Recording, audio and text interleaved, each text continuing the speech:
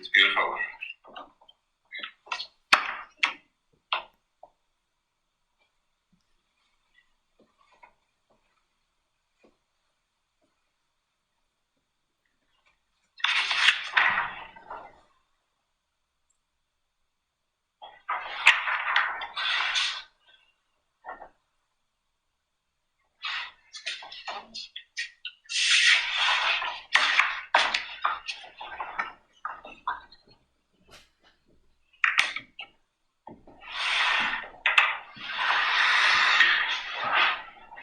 ¿Cómo estamos de sonido?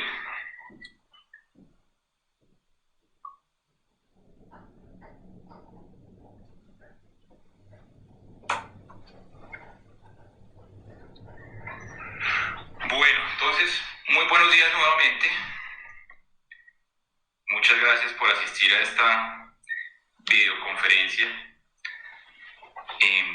Para nosotros es muy importante poder abordar este tema, la exigibilidad de las obligaciones en esta coyuntura del coronavirus, porque definitivamente entendemos la situación que se le está presentando no solo a nuestros clientes, sino en general a todo el sector empresarial colombiano, en el sentido de tener unos efectos sobre sus negocios a partir de las decisiones adoptadas por el gobierno en relación con el tema sanitario.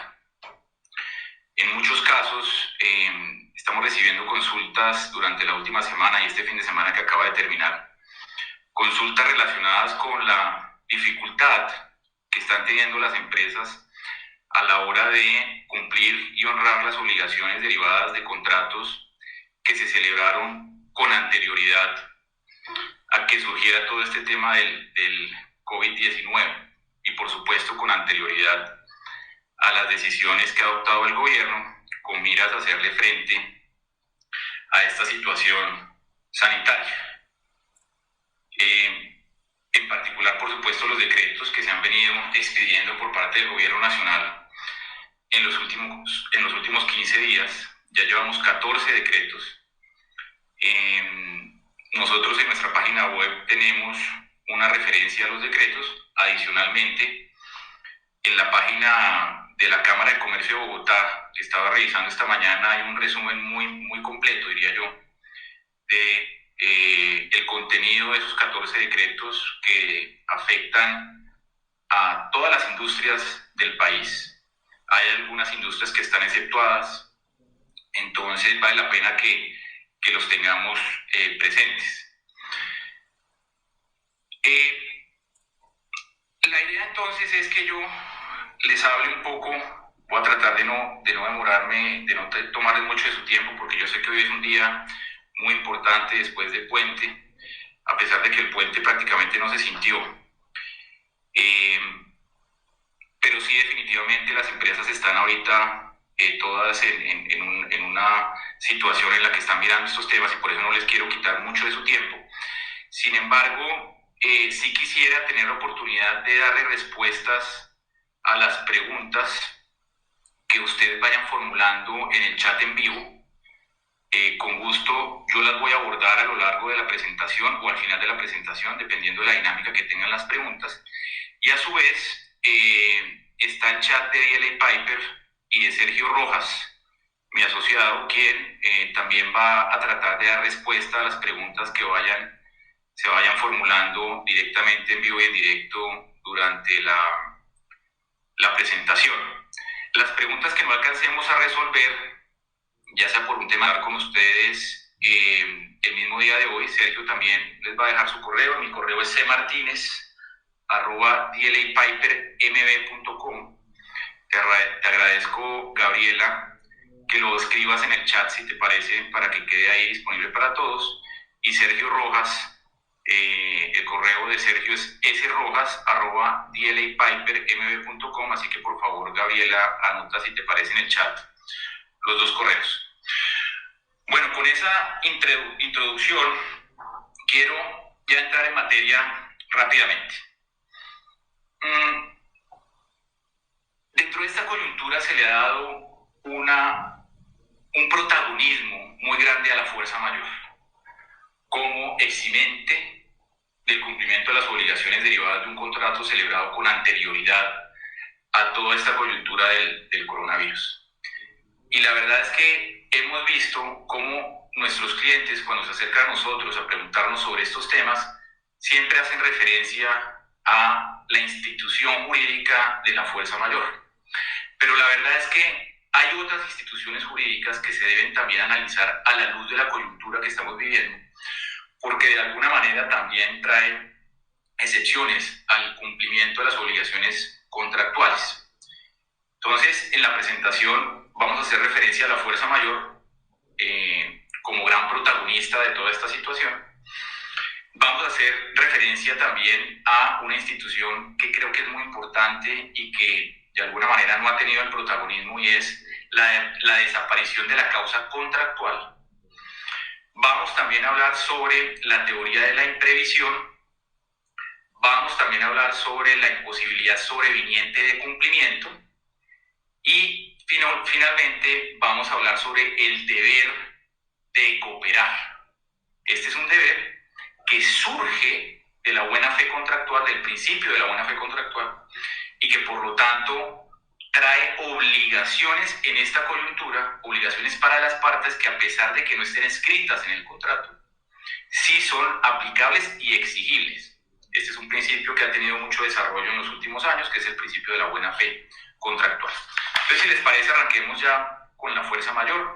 Rápidamente, yo estoy seguro que ustedes desde el punto de vista teórico conocen muy bien la fuerza mayor, seguramente han tenido la oportunidad de estudiar en estos últimos días en qué consiste la fuerza mayor. Por lo tanto, voy a pasar rápido por los temas teóricos y luego voy a un poco aplicarlo a ejemplos concretos.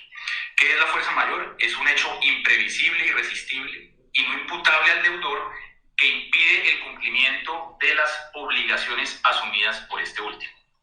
Está consagrado en nuestro artículo 64 del Código Civil colombiano como un hecho imprevisible al que no es posible resistir. Tiene 4 requisitos. ¿Cuáles son esos 4 requisitos? El primero es que debe ser sobreviniente, esto es, posterior al surgimiento de la obligación respectiva, de manera tal que la fuerza mayor aplica o podría aplicar frente a obligaciones contractuales asumidas con anterioridad a todo este tema del coronavirus. Segundo, debe tratarse de un hecho imprevisible, esto es, un hecho que razonablemente no se podía anticipar considerando su normalidad, frecuencia, probabilidad y su carácter excepcional.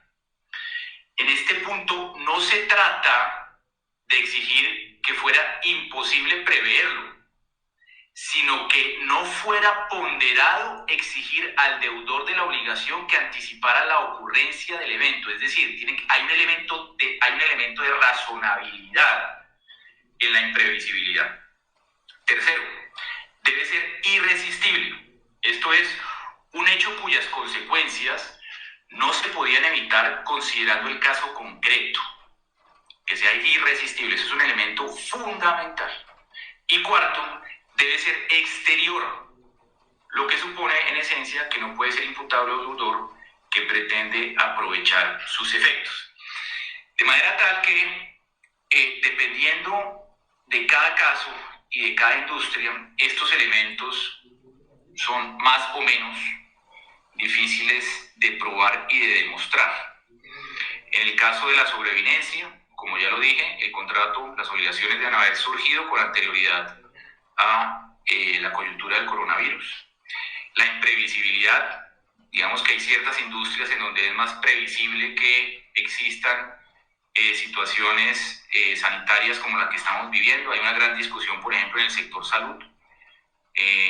Yo creo que es previsible en el sector salud enfrentarse frente a este tipo de situaciones. Nuevamente hay que revisar el caso concreto, pero en el sector salud digamos que creo que es más difícil probar esa imprevisibilidad. La irresistibilidad, digamos que frente a las medidas adoptadas por el gobierno, hay ciertas excepciones que están identificadas en los decretos expedidos recientemente, pero evidentemente nadie puede actuar por fuera del marco regulatorio vigente y por lo tanto es irresistible si la medida del gobierno le impide ejecutar el contrato.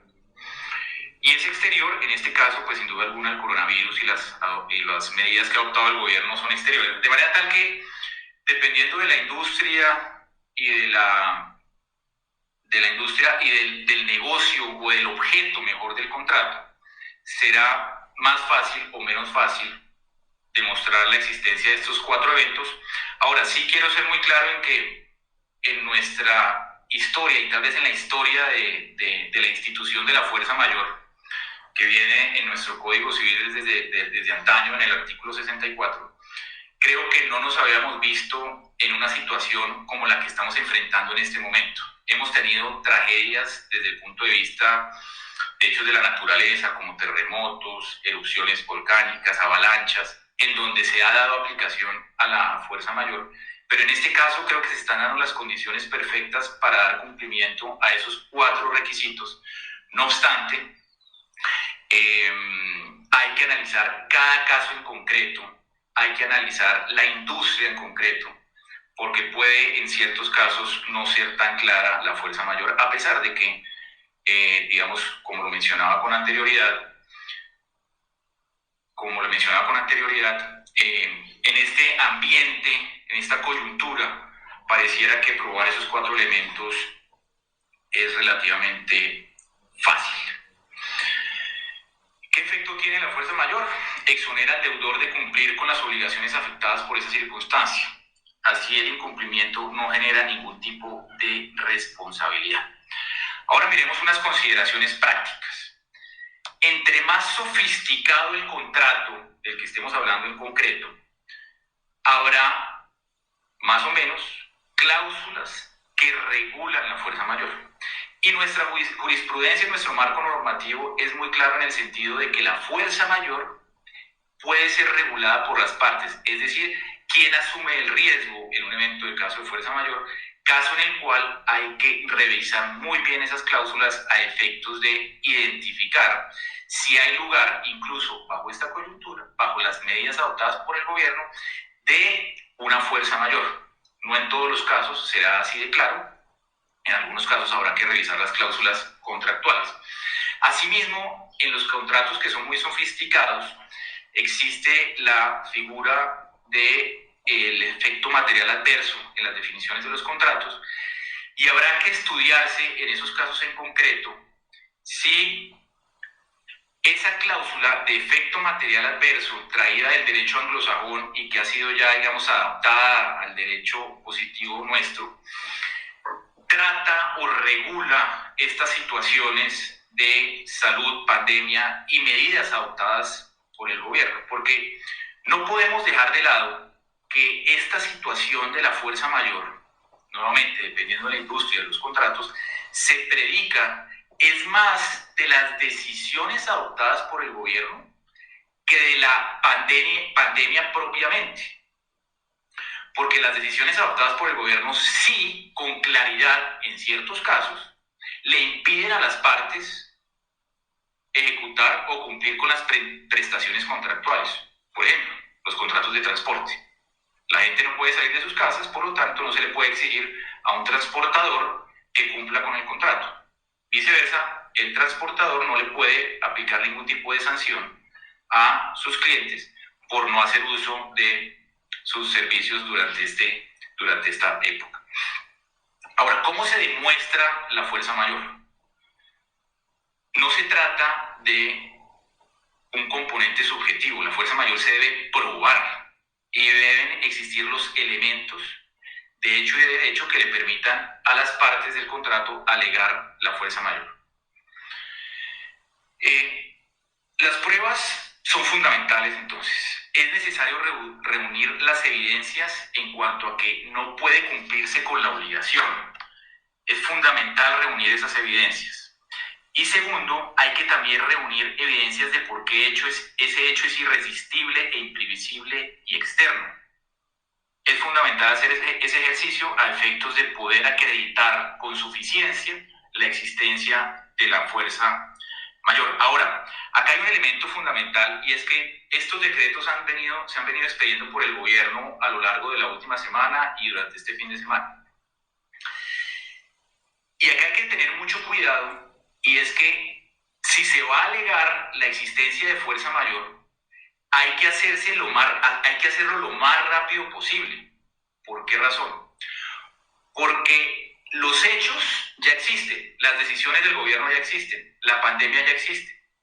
De manera tal que si no se le comunica a la contraparte la existencia de la fuerza mayor, se podría estar cayendo en la violación al deber de la buena fe y de la cooperación contractual, en el sentido de que se le están generando a la otra parte expectativas de que sí se va a cumplir el contrato.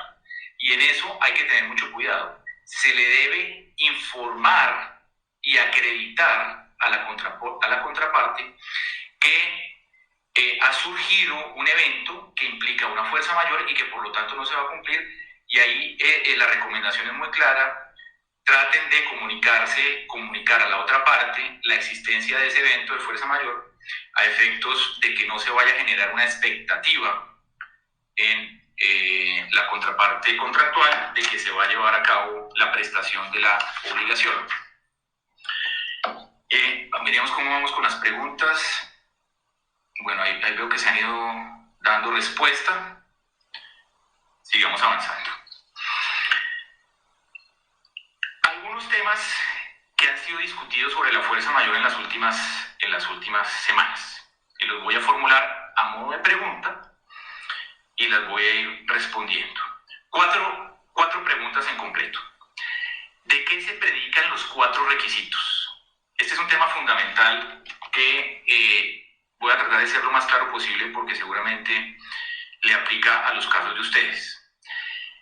Existe una discusión acerca de si la imprevisibilidad y la irresistibilidad se predican del evento mismo o de sus efectos, de los efectos sobre la obligación.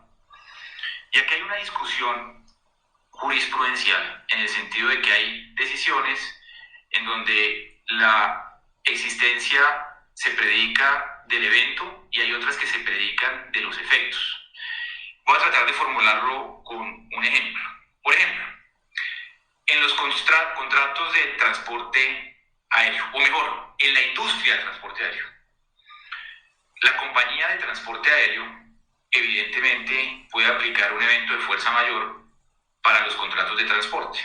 Se predica en este caso del evento mismo, en el sentido de que hay una decisión por parte de la autoridad que le impide a la gente acudir al aeropuerto, que le impide a la gente montarse en un avión y por lo tanto hay lugar a aplicar la fuerza mayor tanto por la compañía de transporte aéreo como por el usuario, que podrá sostener que no pudo hacer uso del servicio por una situación de fuerza mayor. Creo que ahí se acreditan todos los elementos. Ahora, y aquí es importante porque creo que esto es algo que están estudiando las diferentes compañías en este momento. Y es la compañía de transporte aéreo también tiene otros contratos, también es parte de otro tipo de contratos, no solamente el contrato de transporte. La compañía de transporte aéreo también tiene, por ejemplo, contratos de arrendamiento, tiene contratos de suministro, todo tipo de contratos, incluso contratos laborales. De manera que si se aplica la teoría de que la fuerza mayor también aplica para efectos de los efectos, entonces nos veríamos en la situación en que la compañía de transporte, al no recibir ingresos por no poder llevar a cabo o adelantar el objeto del contrato de transporte, no puede transportar, no recibe ingresos. Entonces, la pregunta es, ¿puede aplicar la fuerza mayor respecto del cumplimiento de las obligaciones de otros contratos? Por ejemplo, del contrato de arrendamiento, por ejemplo, del contrato de suministro, etcétera, en la medida en que no tiene ingresos. Y esa es una gran discusión que habrá que analizarse en detalle, porque sin duda en esta coyuntura, que como decía es sin precedentes, la Corte Suprema de Justicia tendrá que analizar muy detalladamente si se le dará aplicación de la fuerza mayor, incluso a los efectos que tiene la fuerza mayor y no solamente respecto del evento. Si le damos aplicación al efecto y el arrendatario no tiene ingresos para pagar el canon de arrendamiento, en ese caso se podría aplicar la fuerza mayor incluso frente a ese contrato de arrendamiento, dado que el efecto de la decisión del gobierno de impedir que la gente se movilizara llevó a que la compañía de transporte no tuviera ingresos para pagar el canon de arrendamiento. Pero nuevamente eso hay que analizarlo porque en la Corte Suprema existen las dos tesis y habrá que acreditarse muy bien. La segunda tema discutido sobre fuerza mayor es la irresistibilidad. La pregunta es, ¿la irresistibilidad puede ser moral? La respuesta es sí. No hace falta que la irresistibilidad sea física o material, sino que la imposibilidad de evitar, producto de una coacción moral, también permite entender configurado el requisito de la irresistibilidad. ¿Qué quiere decir que la irresistibilidad pueda ser moral? Y lo voy a poner en un ejemplo. Los call centers. El decreto 457 establece que ciertas actividades, o de hecho dice, ninguna actividad se puede llevar a cabo, la gente no se puede movilizar, y tiene unas excepciones. El call center es una actividad exceptuada, de manera tal que pueden seguir prestando sus servicios. Ahora, el administrador de la compañía que administra el call center podría argumentar irresistibilidad derivada de una situación moral porque a su leal saber y entender no quiere exponer a sus funcionarios a una situación de salud complicada y por lo tanto cierra. En ese caso hay por supuesto una gran discusión, hay que analizar cada caso en concreto, pero para poner el ejemplo creo que este es muy claro en el sentido de que en este caso el administrador de la compañía, por un tema moral, no físico ni material, sostiene que es irresistible porque él no puede mandar a sus empleados a exponerlos a una situación complicada frente al virus. La tercera tema que hemos visto en estos días es, ¿debe ser absoluta la irresistibilidad? ¿Debe ser absoluta la irresistibilidad? La respuesta es que en principio sí. Ahora, a nadie se le puede exigir un acto heroico. ¿Qué quiere decir esto? Y la palabra heroica deviene de nuestra misma jurisprudencia. En particular, la sentencia de la Corte Suprema de Justicia del 26 de junio de 2005, Sala Civil. A nadie se le puede exigir un acto heroico. Es decir, debemos actuar dentro del principio de la razonabilidad. Es decir, que esa irresistibilidad no es tan absoluta, sino que se le debe predicar la razonabilidad de efectos de que a nadie se le puede exigir un acto heroico. Y finalmente, debe ser externa. Yo creo que en este caso el coronavirus no hay duda alguna y por supuesto las decisiones gubernamentales son externas de manera tal que acreditar este requisito es relativamente sencillo en estas situaciones. Entonces, esa es la institución gran protagonista de esta coyuntura, la fuerza mayor. Ahora vamos a analizar una siguiente que es la desaparición de la causa. Esta es otra institución que trae nuestro derecho civil que no ha sido objeto de debate en esta coyuntura, pero que sin lugar a dudas, ¿cómo vamos de tiempo? Sin lugar a dudas tiene toda la relevancia, y hay que estudiarla y hay que analizarla en la coyuntura en la que estamos. ¿Qué es? La desaparición de la causa. Si el móvil o motivo que llevó a las partes a contratar desaparece por circunstancias no atribuibles a las partes, las obligaciones deben fenecer, se entienden inexistentes. Nuevamente, si el móvil o motivo que llevó a las partes a contratar desaparece, las obligaciones se entienden inexistentes.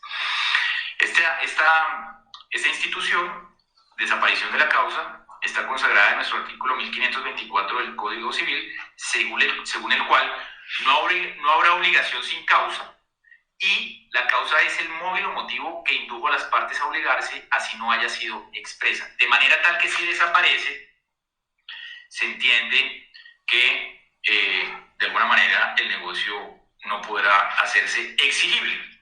¿Qué requisitos tiene? Son tres. En general es necesario que, primero, el móvil o motivo que las partes tuvieron en mente al contraer la obligación o celebrar el contrato se haga física o jurídicamente inviable. Esto significa, en términos simples, que la causa debe desaparecer. Segundo, la desaparición debe sobrevenir con posterioridad al surgimiento de la obligación o la celebración del contrato. Nuevamente, el contrato y las obligaciones debieron haber surgido con anterioridad a que nos viéramos en esta coyuntura. De lo contrario, no se podrá alegar nunca la desaparición de la causa. Y tercero, finalmente, dicha desaparición no puede sobrevenir por razones que sean imputables a las partes que van a aprovechar de este beneficio. Creo que esa tercera, nuevamente, es de fácil acreditación. Aquí el requisito fundamental es acreditar que el motivo que tuvieron las partes, el móvil que tuvieron las partes al momento de celebrar el contrato, desaparece. Ya porque sea físicamente imposible o porque sea jurídicamente inviable. Nuevamente, en el contrato de transporte, en la medida en que la gente no se puede movilizar durante esta época, pues el móvil de transportar la gente, que fue el móvil que llevó a las partes a celebrar el contrato de transporte, pues desapareció, simplemente no se puede celebrar. Lo mismo se puede predicar de todos los eventos que se hayan acordado celebrar durante esta época, pero que se hubieran acordado celebrar el contrato con anterioridad a esta coyuntura.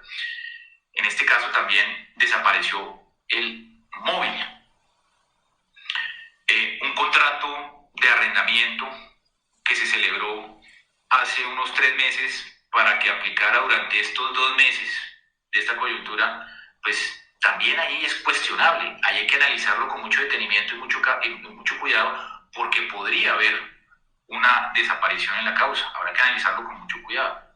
En la medida en que ni siquiera el arrendatario va a poder ir al inmueble que arrienda. Pero nuevamente, hay que analizarlo con mucho cuidado. Aunque es necesario analizar cada caso, como sucede con la fuerza mayor, por regla general se aplicará la desaparición de la causa a todos aquellos contratos que ya no tienen sentido económico como consecuencia de las medidas adoptadas por la administración. Un caso muy claro es quien había contratado a un organizador de eventos para adultos mayores. Podrá alegar la desaparición de la causa para que el negocio jurídico deje de producir. Claro, ese es un ejemplo perfecto. Un evento para adultos mayores pues no se pueden inmovilizar y los adultos mayores tienen que estar confinados según las medidas que ha adoptado el gobierno. ¿Qué efectos tiene la desaparición en la causa? Al desaparecer el elemento esencial como la causa, desaparece la obligación y como consecuencia el contrato, de manera tal que no deben cumplirse las obligaciones a futuro. Ahora, al igual que la fuerza mayor, no es necesaria la declaración judicial para efectos de abstenerse del cumplimiento de la obligación. Ahora, salvo que haya un acuerdo de las partes en el sentido de que hay fuerza mayor o de que ha habido una desaparición en la causa, muy seguramente habrá una disputa y en ese caso será el juez del contrato quien decidirá si hay lugar a esa fuerza mayor, como estamos viendo, o a la desaparición en la causa. Algunas consideraciones prácticas. Deben reunirse pruebas acerca de la causa del contrato. No basta con la mera apreciación subjetiva acerca de cuál era la causa. Es decir, deben mirarse en los archivos de las compañías cuál fue el móvil que llevó a las partes a celebrar el contrato. En estos casos toman absoluta relevancia las consideraciones que se incluyen en los contratos de alguna manera sofisticados, se incluyen las consideraciones y ahí en las consideraciones por lo general se hace una breve descripción del móvil de las partes. Debe acreditarse, por supuesto, que dicha causa se frustró como consecuencia del COVID-19 o de las medidas administrativas. Esto supone poner en evidencia que no tiene sentido económico o práctico seguir adelante con las obligaciones a futuro. Y finalmente la frustración de la causa debe ser posterior al contrato y no puede ser imputable a la parte que la alega. De manera que tanto la fuerza mayor como la desaparición de la causa son instituciones que deben tener toda la relevancia en estos casos, pero fíjense que la desaparición de la causa no debe cumplir con los 4 requisitos de la fuerza mayor. Por lo tanto, habrá que analizar la industria, el contrato, las obligaciones, el móvil, a efectos de identificar si se alegan las dos, si hay una defensa frente a quien alegue la fuerza mayor o la desaparición en la causa. Porque, por supuesto, también esta coyuntura se puede prestar para que se abuse de estas figuras. Y en ese caso, quien está siendo abusado tendrá que defenderse en el sentido de demostrar que frente a esas obligaciones, frente a ese contrato, no se cumplen con los 4 requisitos de la fuerza mayor, y en este caso que no se cumple con la desaparición de la causa, porque pueden presentarse las dos situaciones, ¿no? Puede presentarse la situación en que en efecto hay una fuerza mayor o en efecto una desaparición en la causa, pero también puede presentarse la situación en que alguna parte esté abusando de estas instituciones con miras a salirse de un negocio. Por supuesto, en los dos casos habrá que analizar muy bien la situación. Como vamos de tiempo, bueno, vamos a avanzar. La siguiente institución que quería traerles es la imposibilidad sobreviniente de cumplimiento. Esta es una institución que aplica prácticamente para las obligaciones de cuerpo cierto. Es un evento sobreviniente, no imputable a ninguna de las partes, que conduce a que no sea razonable exigirle el cumplimiento de las obligaciones, porque dicho cumplimiento no es física, económica o jurídicamente posible. No tiene consagración expresa en la legislación, pero se ha desarrollado jurisprudencialmente a partir del numeral séptimo del artículo 1625 del Código Civil, relativo a la extinción de las obligaciones por la pérdida de la cosa que se debe. ¿Qué requisitos tiene? Debe acreditarse un hecho sobreviniente, no imputable a ninguna de las partes, que impide el cumplimiento de la obligación. Se diferencia de la fuerza mayor en la medida en que la imposibilidad del cumplimiento, por regla general, se refiere a la pérdida del objeto debido, nuevamente, obligaciones de cuerpo cierto. Es una figura íntimamente ligada a la teoría de los riesgos. Así las cosas, dependerá en estricto sentido de quién asumió el riesgo de pérdida de la cosa debida para que opere. Si el deudor que invoca la imposibilidad sobreviniente, es quien asumió el riesgo, no podrá tomar provecho de sus efectos, de manera tal que hay que revisar cada contrato en concreto para identificar cómo fue la distribución del riesgo, porque si el riesgo de la pérdida la asumía el deudor, en ese caso no se podrá alegar la imposibilidad sobreviniente de cumplimiento. Y tercero, suele ser una teoría recurrente tratándose de obligaciones particulares como aquellas de cuerpo cierto. Se aplica al coronavirus, a esta coyuntura que estamos viendo. Entonces, la profunda modificación de las circunstancias económicas tras la propagación del COVID-19 conducen a que, en no pocos casos, a las partes no les resulte física, económica o jurídicamente posible cumplir con las prestaciones asociadas a un contrato que tiene como objeto un cuerpo cierto. En tales eventos se podrá alegar la imposibilidad de cumplimiento siempre que las circunstancias sean sobrevinientes y que a la luz de la razonabilidad la parte que no dio lugar a esas circunstancias no pueda cumplir sus obligaciones. ¿Es diferente de la fuerza mayor? Por supuesto que es diferente de la fuerza mayor. ¿Es diferente de la desaparición en la causa? Por supuesto que es diferente de la desaparición en la causa, porque acá estamos haciendo referencia a la teoría de los riesgos. Y es la pérdida de la cosa del cuerpo cierto, exime a las partes de cumplir con el contrato, y habrá que analizar si en este caso, en esta coyuntura, hubo una pérdida del objeto. Nuevamente, tratándose de cuerpo cierto. En este caso se requiere declaración judicial, a diferencia de las anteriores dos instituciones, de la fuerza mayor y la desaparición en la causa, que no requieren de declaración judicial, la imposibilidad sobreviniente de cumplimiento sí requiere declaración judicial. Luego entramos a una siguiente institución, que es la teoría de la imprevisión. Y esta es una teoría que ya les digo que es bastante delicada y peligrosa, pero que hay que tenerla en el radar en la medida en que, si se alega, puede haber unas consecuencias muy delicadas para los contratantes. La teoría de la imprevisión es un evento extraordinario, imprevisto o imprevisible posterior a la celebración de un contrato de ejecución sucesiva o periódica que altera las prestaciones de futuro cumplimiento a cargo de una de las partes de modo tal que le resulta excesivamente onerosa. No aplica a los contratos de ejecución instantánea, solamente respecto de los contratos de ejecución sucesiva o periódica, tal como el contrato de suministro. Está consagrada en el artículo 868 de nuestro Código de Comercio y ahí está claramente identificada, donde en ese artículo se hace referencia a la excesiva onerosidad sobreviniente. También se hace referencia en ese artículo a la alteración de las bases del contrato, todas derivadas de la teoría de la imprevisión. De alguna manera, digamos que en los últimos años, esta teoría de la imprevisión se ha dado más frecuentemente en el derecho administrativo, pero por supuesto esta presentación va a haber una en pocos días en relación con el derecho de los contratos estatales y el derecho administrativo. Pero en este caso, nuestro derecho comercial también trae la teoría de la imprevisión, que ha un poco caído en el olvido, pero que sin duda alguna es de absoluta relevancia en estas circunstancias. ¿Qué requisitos tiene? Esta es una teoría que tiene diferentes requisitos para operar. Así se debe demostrar, primero, que ocurrieron los hechos extraordinarios, esto es, eventos que están fuera del normal acontecer cotidiano. Segundo, que son hechos imprevistos o imprevisibles, es decir, que no se anticiparon y que razonablemente no se podían anticipar con fundamento en las circunstancias de cada caso en concreto. Tercero, que los hechos son sobrevinientes.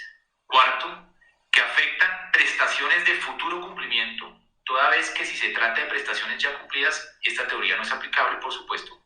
Quinto, dichas prestaciones deben hacer parte de un contrato comercial de ejecución periódica o sucesiva que no sea aleatorio.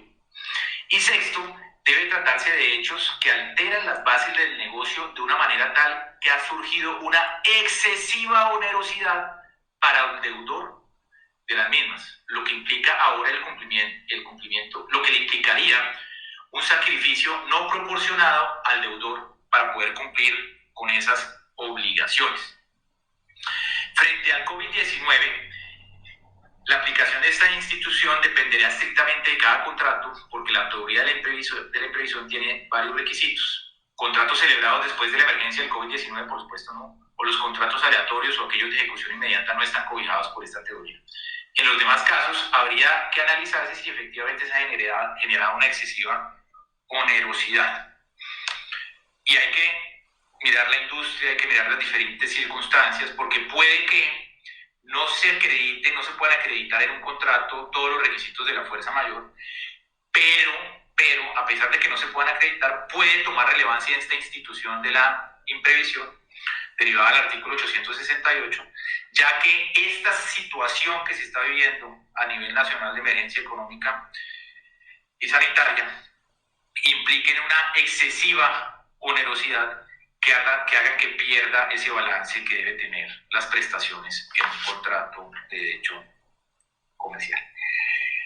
Ya habiendo hecho referencia a esas cuatro instituciones, no quiero dejar pasar por encima las causales de justificación, derivadas de alguna manera del acto del príncipe del derecho administrativo, pero que sin lugar a dudas se pueden aplicar frente a la coyuntura actual, dependiendo, por supuesto, de las características propias del contrato.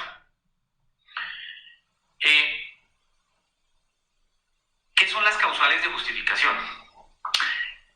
Las causales de justificación son básicamente un desarrollo jurisprudencial en el que se dispone que hay ciertas situaciones, ciertas obligaciones, cuyo incumplimiento, amparado por una causal de justificación, es un incumplimiento tolerado por el ordenamiento jurídico o un incumplimiento que no es antijurídico.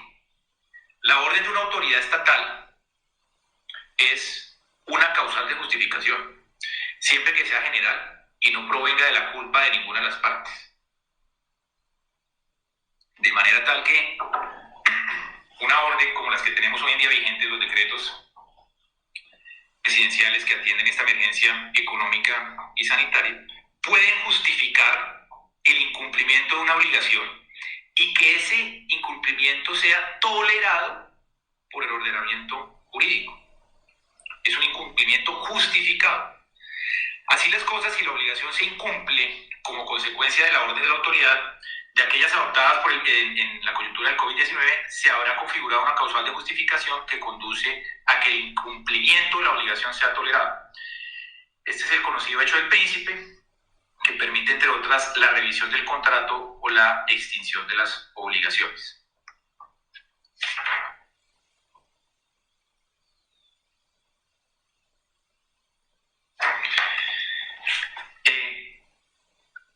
Por supuesto que es diferente a la fuerza mayor y a las otras instituciones, porque acá es simplemente un análisis que se debe realizar si el incumplimiento de la obligación es un incumplimiento que es tolerado bajo el ordenamiento jurídico, no debe cumplir los requisitos de las otras instituciones, por lo tanto tiene que tener mucha relevancia, que hoy en día esta institución de las causales de justificación no ha tenido ningún protagonismo. Bueno, sigamos. Ahora vamos a hablar del deber de cooperación y con esto ya terminamos. Había dicho que eran 45 minutos y creo que vamos a cumplirlo. El deber de cooperación aplica frente a todas las instituciones que hemos revisado. De hecho, aplica en todos los contratos. Aplica frente a todos los contratos porque el deber de cooperación se deriva del deber de buena fe contractual que está presente en absolutamente todos los contratos del derecho comercial. Todos tienen el deber de buena fe y el deber de cooperación está subsumido dentro de ese deber de cooperación. ¿Qué quiere decir esto? Los retos que implica el virus deben ser sorteados por las partes atendiendo los lineamientos de la buena fe contractual, que a su turno es fuente de deberes específicos que impiden asumir un comportamiento a espalda de los retos que el virus y las medidas administrativas generan para las partes contratantes. En este contexto es especialmente relevante el deber de cooperación. Las partes deben colaborarse recíprocamente para poder adecuar la realidad del contrato a los retos que supone el COVID-19. Dicha colaboración supone que hagan lo razonable a fin de que ninguna parte sufra un daño como consecuencia de la ejecución del negocio. No cumplir con el deber de cooperación es una infracción de la buena fe y en consecuencia compromete la responsabilidad de la parte infractora. Este es un deber que no tengo la menor duda que en las disputas que se vayan a generar como consecuencia de esta coyuntura, donde se aleguen alguna de las instituciones que ya hemos identificado, quien se defienda va a alegar que no hubo una cooperación por la otra parte y viceversa, que se incumplió el deber de la buena fe porque no hubo cooperación. Ahora, quiero ser muy claro. El deber de cooperación no implica aceptar un perjuicio, es decir, que yo le diga a la otra parte, que una compañía le diga a la otra parte, oiga, cúmplame en 3 meses después de que hayamos salido de esta coyuntura. Si eso será razonable si quien está accediendo a que haya ese plazo, bajo el deber de cooperación, no sufre ningún perjuicio, porque evidentemente tiene que ser razonable. Tendría que haber una justificación para no cooperar con la otra parte, a efectos de lograr alcanzar el objetivo que las partes se trazaron contractualmente. De manera que hay que identificar muy bien este deber de cooperación. Bueno, estos eran los temas que quería tratarles, 9:15 en punto, que quería compartirles. Sin duda alguna,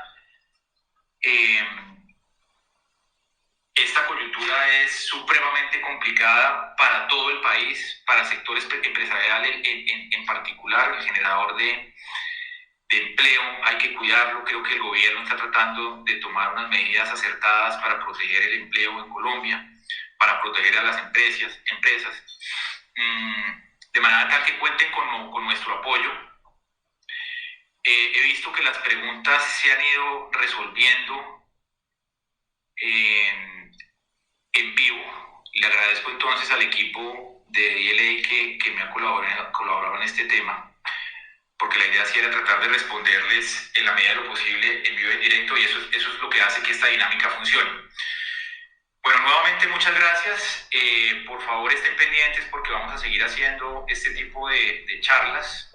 Espero que la transmisión haya funcionado bien y que no haya habido dificultades por la congestión del internet. Les mando entonces un saludo muy especial. Por favor no duden en contactarnos. Nosotros estamos ahí para ayudarles, para acompañarlos en estas situaciones. Vamos a cuidarlos, vamos a protegerlos. Así que no duden en contactarnos.